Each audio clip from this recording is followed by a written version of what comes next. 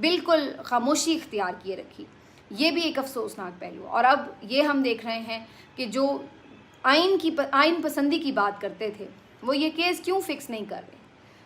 جب ہم یہ کہتے ہیں کہ آئین پسند جج، تو آئین میں تو کہیں نہیں لکھا کہ ملٹری ٹرائلز ہوں گے سویلینز کے. تو پھر کیا وجہ ہے کہ ملٹری ٹرائلز ہو رہے ہیں اور انہیں اس بات پہ کوئی تشویش نہیں ہے کہ اس کیس کا فیصلہ ہونا چاہیے. تو یہ چیف جسٹس قاضی فائز عیسیٰ صاحب کے جو 3-4 امیجز کے بت بنائے گئے تھے وہ کس طرح ایک ایک کر کے پاش ہوئے وہ آپ نے دیکھا. تو بہرحال اس کے اوپر آج سب نے بات کی ہوئی تھی اور میں دیکھ رہی تھی کہ اب تو ایون کھل کے سب لوگ یہ کہنا شروع ہو گئے ہیں کہ قاضی فائز عیسیٰ صاحب کو نہ تو ایکسٹینشن ملنی چاہیے اور نہ ان کو لینی چاہیے.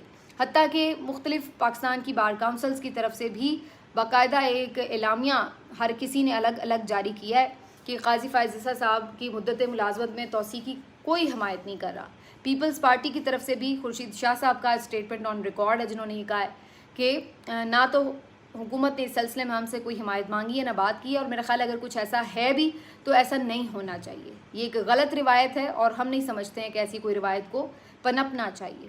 تو ان کی طرف سے بھی صاف جواب ہے. تو قاضی صاحب آپ کو جانا تو ہوگا، جاتے جاتے اور کچھ نہیں تو 2-4 کچھ تو اچھے فیصلے ایسے کر جائیں کہ جہاں پر لوگ آپ کے ایسے فیصلوں کے اوپر بات کریں کہ دیکھیے جی ان فیصلوں سے نقصان ہوا جمہوریت کا، تو وہاں پر کچھ تو آپ کے حامی لوگوں کے پاس بھی کہنے کے لیے ہو کہ دیکھیں بھائی انہوں نے یہ 2-3 اہم اچھے فیصلے بھی تو دیے تھے، تو کچھ تو پلیز آپ ایسا کر جائیں جاتے جاتے.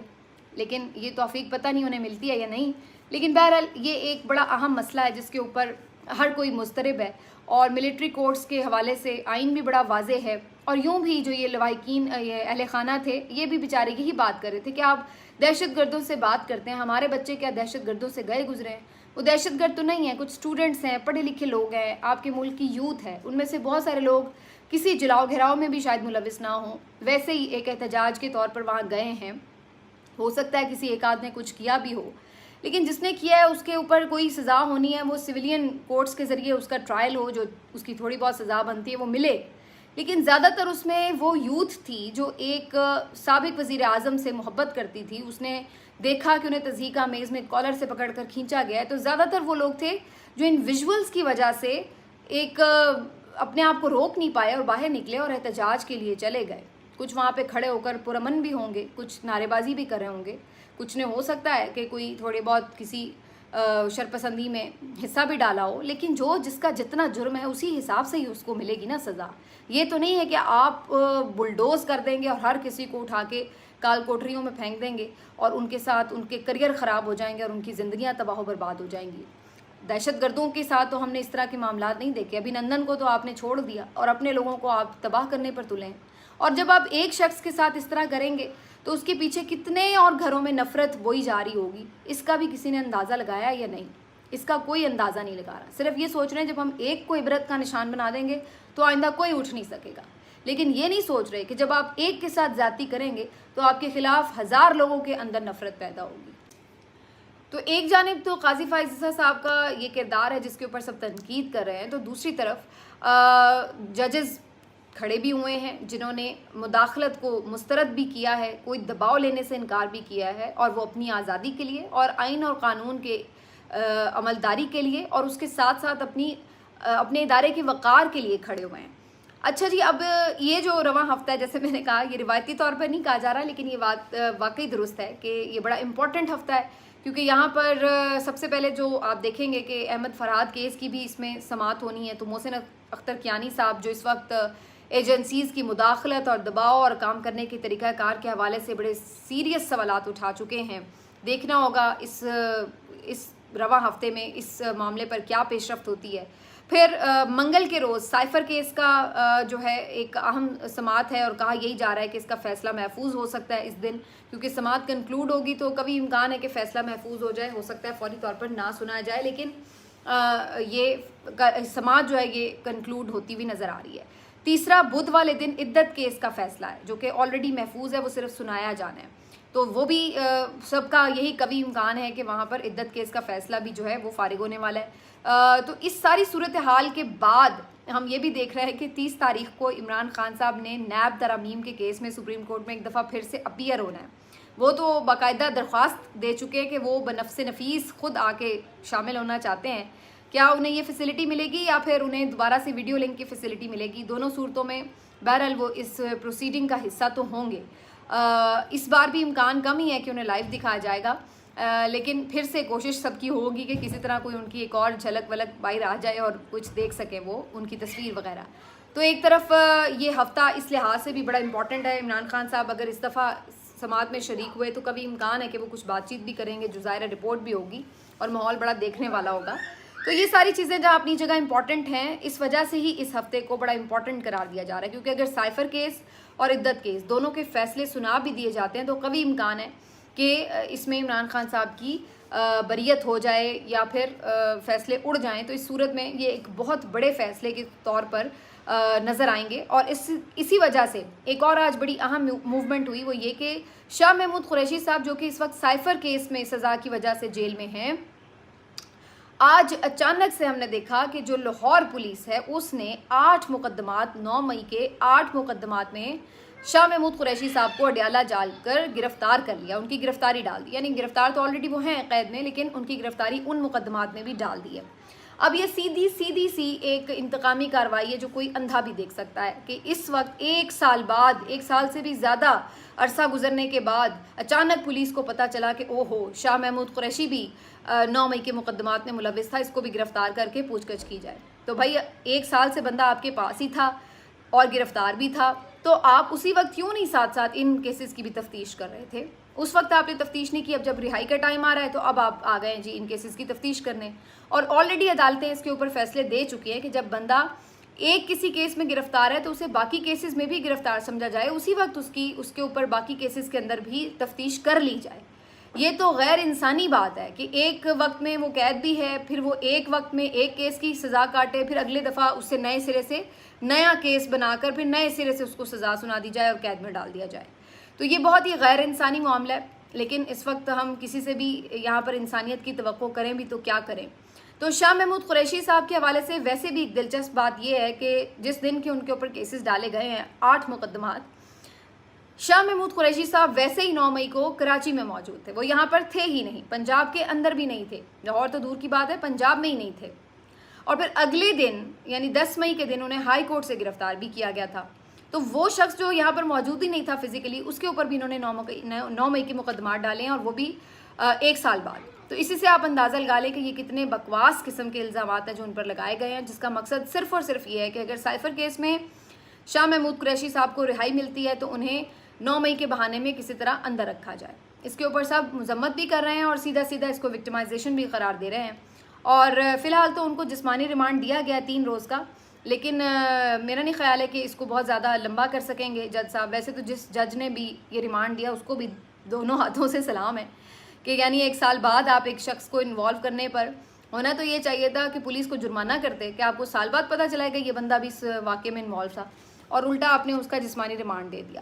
بہرحال اس کے اوپر ظاہر ہے آگے جب جوڈیشل ریمانڈ کی طرف بات جائے گی تو ضمانت کی طرف جایا جائے گا. لیکن یہ اسی بات کی پیش بندی نظر آ رہی ہے کہ سائفر کیس اڑتا ہوا نظر آ رہا ہے، جس کی وجہ سے یہ سارے ہتھ کنڈے آزمائے جا رہے ہیں، جس میں سے ایک ہتھ کنڈے کا ذکر میں نے پچھلے ویلاگ میں کیا ہے کہ کس طرح سے وعدہ معاف گواہ بنانے کی کوشش کی جا رہی تھی مختلف لوگوں کو دباؤ ڈال کر.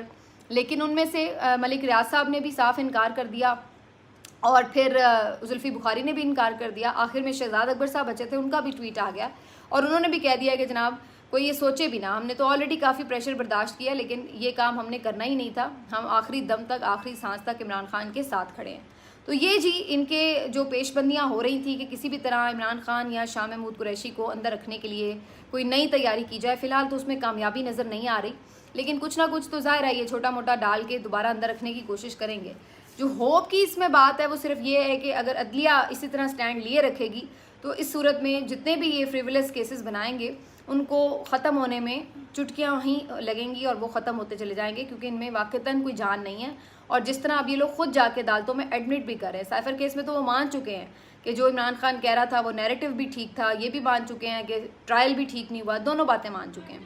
تو اب اس کے بعد اس میں کیا رہ گیا ہے؟ اور یہ وہ ان کا بڑا یعنی سب سے ہائی فائی کیس جو بنایا تھا وہ یہ بنایا تھا انہوں نے سائفر کیس کا. تو اسی سے یہ آپ اندازہ لگا لیں. باقی عمران خان کا ساتھ یہ سب کیوں دے رہے ہیں، یہ اپنی جگہ ایک حقیقت ہے کہ یہ عمران خان کا دور ہے اور لوگ ان پہ نچھاور ہیں۔ آج انور مقصود صاحب نے ایک بڑی اچھی نظم کہی ہے، بڑی دلچسپ، بڑی سادہ سی اور بڑی پیاری سی، آپ کے ساتھ شیئر کرتی ہوں۔ آپ نے یقیناً سنی ہوگی سوشل میڈیا پر، اگر نہیں سنی تو میری زبانی ہی سن لیجیے اور برداشت کر لیجیے گا۔ پولیس حیران اس گلی میں ہے، پولیس حیران اس گلی میں ہے، ایک گھمسان اس گلی میں ہے۔ یہ عمران خان صاحب کے گھر کی گلی، زمان پارک کی گلی کا ذکر ہو رہا ہے۔ کیا خبر ان محل نشینوں کو، قوم کی آن اس گلی میں ہے۔ میں جو کافر ہوں اس گلی باہر، میں جو کافر ہوں اس گلی باہر، میرا ایمان اس گلی میں ہے۔ ایک مہاجر پکارے جاتا ہے، وہ پٹھان اس گلی میں ہے۔ اور ایک بار مجھ کو جانے دو، اور ایک بار مجھ کو جانے دو، میرا عمران اس گلی میں ہے۔ اور جب انور مقصود صاحب یہ پڑھ رہے تھے تقریب میں نظم، تو میں دیکھ رہی تھی غزل کہ جو حاضرین تھے جس طرح وہ اس کے اوپر، یعنی آپ اندازہ نہیں لگا سکتے ان کے جوش جذبے کا، جس طرح سے وہ والہانہ اس کی تعریف کر رہے تھے اور اس کا لطف لے رہے تھے، اس کو محسوس کر رہے تھے۔ یہ وہی بات ہے کہ جب اللہ کی طرف سے کسی کی محبت آ جائے دل میں، تو پھر آپ جتنا مرضی زور لگا لیں وہ محبت پنپتی چلی جاتی ہے۔ اور یہی صورتحال میں اس وقت نظر آ رہی ہے کہ جتنا دبانے کی کوشش ہو رہی ہے اتنا یہ قوم عشق عمران میں مبتلا ہوتی چلی جاتی ہے، اور یہ ایک لا علاج بیماری بن چکی ہے، کیونکہ اس کا علاج کرنے کی کوشش بڑی کی گئی ہے۔ اس کا علاج ڈنڈوں سے بھی کرنے کی کوشش کی گئی ہے، اس کا علاج خوف سے، سختیوں سے، مار پیٹ سے، پروپیگنڈے سے، کردار کشی سے، ہر طرح سے کرنے کی کوشش کی گئی ہے، لیکن اس کا علاج ممکن نہیں ہوا۔ اکثر ہم سنا کرتے تھے کہ جو عشق ہے وہ لا علاج بیماری ہے، اور اب آپ دیکھ لیں آنکھوں سے کہ یہ واقعی کتنی لا علاج بیماری ہے کہ قوم کو ایک شخص سے اگر عشق ہو گیا ہے تو آپ نے ساری دنیا تہس نہس کر لی ہے، اپنی بھی ادارے برباد کر لیے ہیں، عزتیں خراب کر لی ہیں، سب کچھ کر لیا ہے، اپنا آپ خراب کر لیا ہے، لیکن اس کا آپ کچھ نہیں بگاڑ سکے، اور نہ ہی اس کی عشق اور محبت میں کوئی کمی آئی، بلکہ اضافہ ہی ہوا ہے لوگوں کے دل میں۔ میں کل میچ بھی دیکھ رہی تھی پاکستان انگلینڈ کا، اس میں بھی یہی صورتحال تھی کہ لوگ وہاں بیٹھے نعرے لگا رہے ہیں قیدی نمبر 804 کے، تو آپ کہاں سے اس کو نکالیں گے، آپ نہیں مائنس کر سکتے۔ تو کسی تربوز والے کو دیکھیں قیدی 804 لکھ کر بیٹھا ہوا ہے اور کہہ رہا ہے جی تربوز ہاتھوں ہاتھ بک رہا ہے۔ تو یہ ایک نیکسٹ لیول ہے اس وقت، یہ واقعی عہد عمران ہے اور ہم اپنی آنکھوں سے دیکھ رہے ہیں۔ تو اس وقت جو قوم کا ایک جذبہ ہے اس کے لیے، اس شخص کے لیے، وہ بے مثال اور لاسانی ہے۔ اس کا فی الحال کوئی توڑ نہیں ہے، اس کا کوئی توڑ نہیں ہے۔ اس کا توڑ صرف اگر ہے تو یہی ہے کہ آپ کو اس کو رہا کرنا ہی پڑے گا، اور اس کو مسند پر بٹھانا ہی پڑے گا جہاں پر لوگ اس کو دیکھنا چاہتے ہیں۔ پھر اس کے بعد وہ کیا کرتا ہے، کیا عوام کی امیدوں پر پورا اترتا ہے یا نہیں، عشق کے معیار پر جہاں لوگوں نے اس کو پہنچا دیا ہے، کیا وہ معراج برقرار رہتی ہے یا نہیں، یہ پھر اس کا اپنا ایک امتحان اور ایک چیلنج ہوگا۔ لیکن آپ اگر یہ سوچتے ہیں کہ یہ کسی بھی طرح ایک فاصلہ ڈال سکتے ہیں عوام اور اس کے اندر، تو وہ آپ دیکھ چکے ہیں کر کے کہ وہ ممکن نہیں ہو سکا، اور اس کا اثر یہ ہو رہا ہے کہ اس کا اور لوگوں کا رشتہ تو نہیں ٹوٹا، لیکن آپ کا اور لوگوں کا رشتہ ٹوٹ گیا۔ اس کے اندر ایک خلیج نہ صرف حائل ہو گئی، بلکہ وہ خلیج اب نفرت سے بھرتی چلی جا رہی ہے۔ یہ سوچنے کی بات ہے۔ ملتے ہیں آپ سے اگلے ویلاگ میں، اپنا خیال رکھیے، اللہ حافظ۔